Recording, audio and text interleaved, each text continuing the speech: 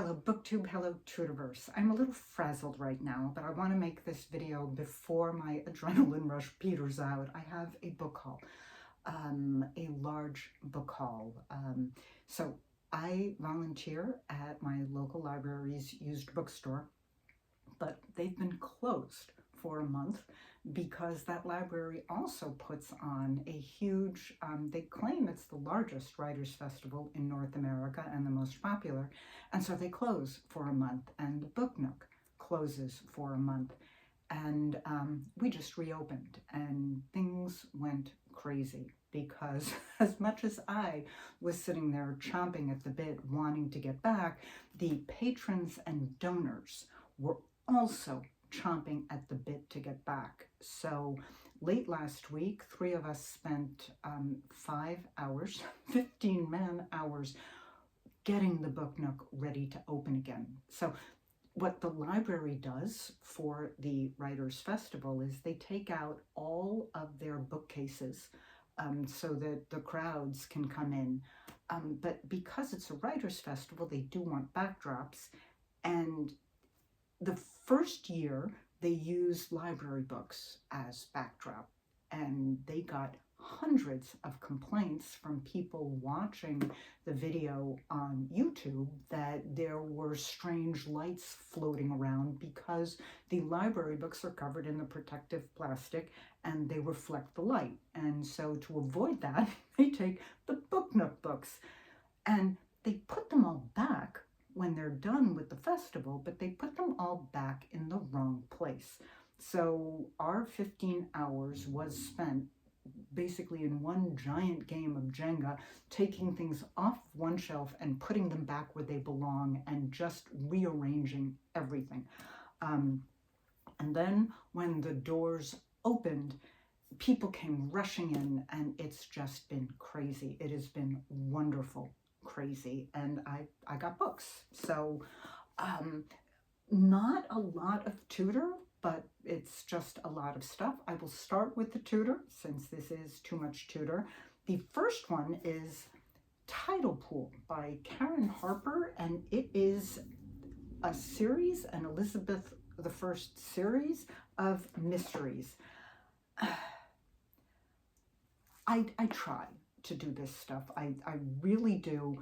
I know that I don't like alternative history. I know that I don't like, I did try Elizabeth Tudor Vampire Slayer, didn't like that.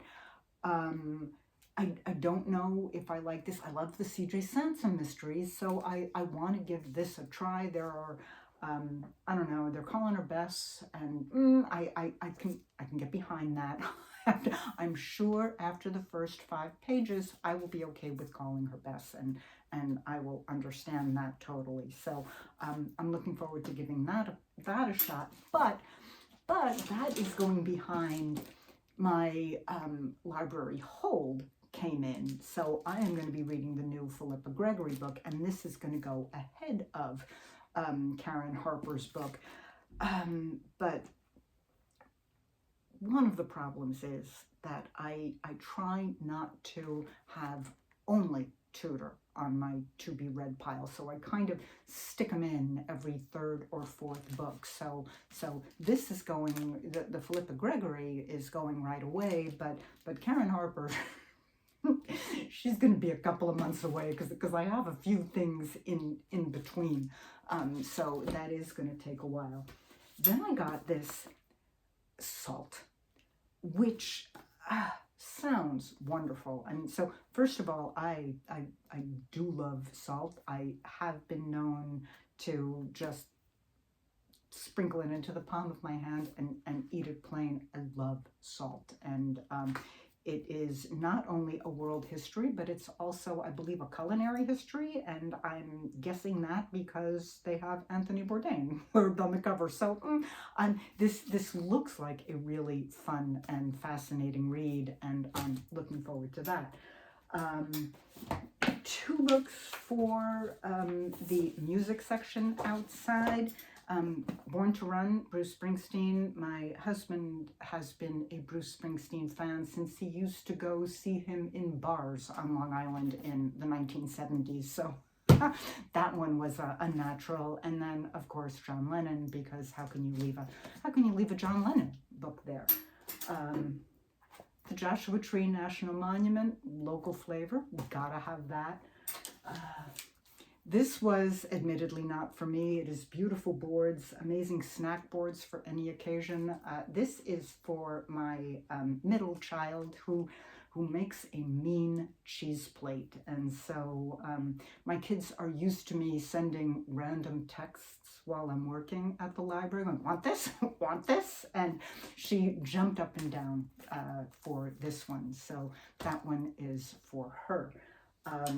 This is another child jumped up and down for how to draw anything. She's been working on, this is like a lot of deer and animals and stuff, but there are going to be hands and other still life, which will be fun. I might try my hand at some of this stuff. It's just it's a fun thing to have.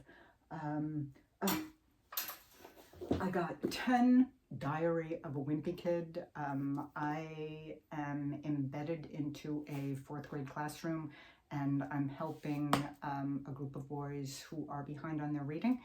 And the Diary of a Wimpy Kid is meant for grades 3 to 7. And I'm holding on to these to give it to them for the end of the year. So that they'll be rising 5th graders, and I think they might be almost ready for that. But this, I remember, was always the kind of thing, kind of book that this age of boy, this pushed kids to read, and obviously you want them to enjoy reading, and that's really where you are. And then finally, and this doesn't really qualify as a book, but it came in and I grabbed it. It is the screenplay of The Return of the King. And this just fascinates me. How could I not? So I'm not really sure what I'm going to do with it. I don't really know where it's going to go on the shelf, but I don't even know.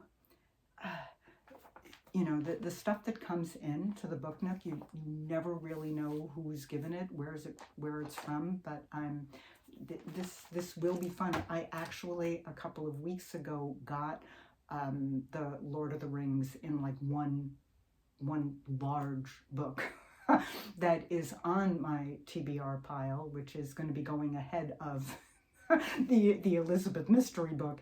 And so it will be interesting. I want to try to play around with the screenplay as well.